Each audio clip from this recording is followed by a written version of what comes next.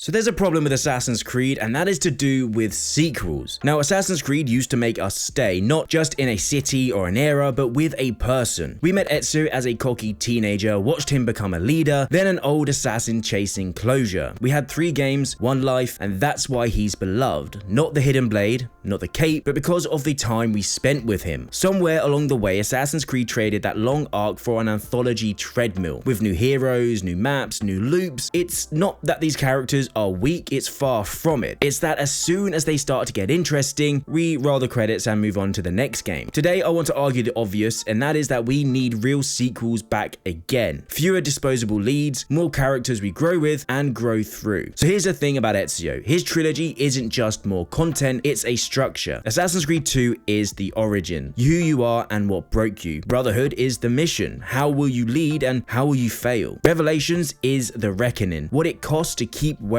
the hood and the blade. The mechanics mirror that of growth. Recruits because mentorship, city building because responsibility, a slower, wiser moveset because time finally catches up with you. It's elegant, it's intentional, and it only works because we stay with them. Now stack that against the anthology years, and the series does a beautiful job of dropping us into brand new cultures. I mean, with Syra's desert heat, the Aegon sun, and England's fog, but the emotional investment resets every single time. We meet a lead, learn their system from scratch, and just as relationships, rivalries, and consequences start to matter, we're on to the next time period with a fresh skill tree and new mechanic. Of course, it keeps things fresh, but it also keeps things shallow. So let me sketch what I have as an idea for a sequel for a Bayek and Aya game, because personally, those are the 2 characters that fans want a sequel for. Bayek's an incredible character, and if anyone deserves a sequel to their story, it's him. But here's the thing, the sequel only sings if it becomes a 2-hander with Aya or Amunet. Lore has already given us the spine of the story. As you know, Aya assassinates Julius Caesar at the end of Assassin's Creed Origins and then leaves Egypt for Rome and takes the name Amunet, where she starts to build the Roman Brotherhood. This is how the game splits cleanly, with Bayek in Egypt defining the Creed's heart and Amunet in Rome weaponizing it in the belly of the Empire. The structure would be a dual protagonist setup with instant swapping, meaning you can swap between Bayek and Amunet on the fly like Spider-Man 2, each with distinct verbs and shared consequences throughout the story. Bayek would handle the ground truth stealth across Alexandria, Memphis, desert forts, and Red Sea ports, and Amunet would run the high society infiltration system in Rome with villas, forums, bathhouses, theaters, you get the point. One mission could open the door for the other, i.e. Bayek disrupts grain shipments in Egypt, which means Amunet's handler could gain some kind of advantage at a senator's party. This means the world would feel braided, not parallel. So of course, how would we start this? Let's start off with Amunet's kill of Caesar as a playable prologue, not just a single cutscene. From there, Aya commits to Rome. New identity, new rules. Bayek returns to Egypt to steady the hidden ones. Sales are messy, the tenants are vague, and your failures are costly. This is where the tenants would be born out of pain, not poetry. This would mean giving us missions that codify the rules, because things do go wrong. If you get seen using the blade, that failure unlocks a doctrine hide in plain sight, which becomes both a mechanical upgrade, meaning you can change your hill and cloth variants of the weapons and your different concealment tricks, and as a social rule, civilians won't aid you if you flaunt it or kill a guard in public. Repeat with the stay your blade from the flesh of the innocent if you accidentally kill a civilian instead of a target. This could be another mission that sees Bayek or maybe even Amunet really think about what they are doing and then never compromise the Brotherhood. Maybe one of them or someone they're working with says something or does something that leads Templars to their hideout, meaning you'll have to escape, you might lose some people, and overall leads to them having to think about these new tenants and their responsibilities. Rome should also be the hub of stealth, using disguises that decay under certain suspicion. You can use gossip as currency and use patronage networks that open one route and close another. Black box assassinations have to be on point, maybe hinging on political theater like a Senate vote, a triumph parade, a bathhouse meeting, each with multiple entries, underground service corridors, rooftop rigging, or by accidentally being killed. Amunet's kills should also be cleaner and colder than Bayek's, as she is essentially the prototype assassin. There should also be a thing called the shared consequence system. One protagonist's success assists the other cities. Bayek's quiet dismantling of Alexandrian spiring lowers Rome's Templar vigilant for Amunet's next party infiltration. Conversely, if Amunet kills a target publicly, Bayek might find tighter patrols around certain areas, and informants that might be too scared to talk to you to give you information about a certain mission. A single Creed integrity meter could track how faithfully you play by the tenants. High integrity unlocks allies and safer routes, whilst low integrity breeds fear and reprisals for both, very similar to the honor system in Red Dead Redemption 2. And as mentioned before, every sequence should feature dual black box missions, one in Egypt, one in Rome, and they should echo each other. A warehouse arson in Alexandria could mirror a ledger swap in the Forum. You could learn a new skill or tactic in one city and apply it in the other. If they added mission replays, you could also include constraints like only kill the target, don't use your eagle vision, stuff like that, which could reward new tool variants and cosmetics similar to what we're getting in Assassin's Creed Mirage's update, something I think could be pretty cool. But then mid-game, these failures start to hurt within the story. A Roman operation goes public and a safe house in Egypt is burned because they find these letters from Bayek and figure out his location. Those losses force doctrines to tighten and leadership to mature. Bayek becomes the teacher, mentoring new hidden ones with visible AI habits you trained and you could actually use in the open world. Aminet becomes the architect, turning the principles of the Creed into the overall process that we see throughout the legacy. And the finale shouldn't be just a boss sponge, it should be a handover. Aminet should formalize the Roman network. Bayek should recognize that the Creed must outgrow them both. Last missions should swap rapidly between protagonists, an assassination in Rome timed with a jailbreak in Alexandria, proving the Brotherhood is now systemic, not heroic. You can then roll credits on a quiet epilogue, a letter pass between cities, the final right intent sealed, and the hood becoming an idea anyone can wear. Of course, throughout the story you have Bayek and Aminet actually meeting up in person, because who doesn't want to see that, and who doesn't want to play as Bayek in Rome? I know I do. But this overall idea works because it turns Origin's heart into a structure. Bayek gives the Creed its soul, Aminet gives it reach. The dual protagonist swap keeps play fresh without throwing away identity, and the shared consequence loop makes every silent choice echo across two different worlds. It's not just more story, it's the moment the hidden ones stop being a reaction and start being a design. If we got sequels, this would also mean that the mechanical continuity could happen. The parkour DNA and toolkits could be more refined instead of rebooting completely, because I for one am tired of going from Assassin's Creed game to Assassin's Creed game with downgraded mechanics when they should just be constantly upgrading them from game to game. And give me a modern day that finally pays off. I don't need 50 minutes of going through a Wikipedia tab, I need a present day thread that cashes out what I've just learned historically, and I need the historical payoff to be something that links to the modern day. And of course, if we stick with the same characters, that means more time will be given to developers to polish the game, meaning less bugs, glitches, and just an overall better experience. Now, I already can hear the counterpart that the anthology model is magic. We get to see new cultures, new myths, and new characters every single time, and I totally get that and keep it, but rotate it slightly. As you know, Assassin's Creed is made by multiple game studios under Ubisoft. You have Ubisoft Bordeaux, Ubisoft Quebec, Ubisoft Montreal, Ubisoft Sofia, Ubisoft Paris, and a bunch of other ones out in the world. Why not give them a different game each? I.e., game 1 could be a 2 or 3 game arc for a lead character that continues their story. Give that to Ubisoft Bordeaux because they are fantastic at making those sort of games, as we saw with Mirage. Then you have game B, which should be the classic style RPG staggered arc, which a lot of us have grown to love. Give that to Ubisoft Quebec. And then you have game C, which should be one-off experiments like Chronicle style side stories or something completely different. Give that to any of the developers that want to have the task of giving us something brand new. You could ship different games in alternating years. We get everything we want, and the modern day becomes a braid instead of scattered threads. And honestly, it just would be so cool to see that happen. Because here's the part we always forget. The moments that stick aren't just the big leaps of faith, they're the accumulations. The guard who learns your face, the rooftop line you can run blindfolded, the door that opens because you remembered a name. You can't fake that in one game, you earn it by staying. We didn't love Ezio because he was the strongest, we loved him because we watched him change, because the games gave him time to change. Assassin's Creed doesn't need to be bigger, it needs longer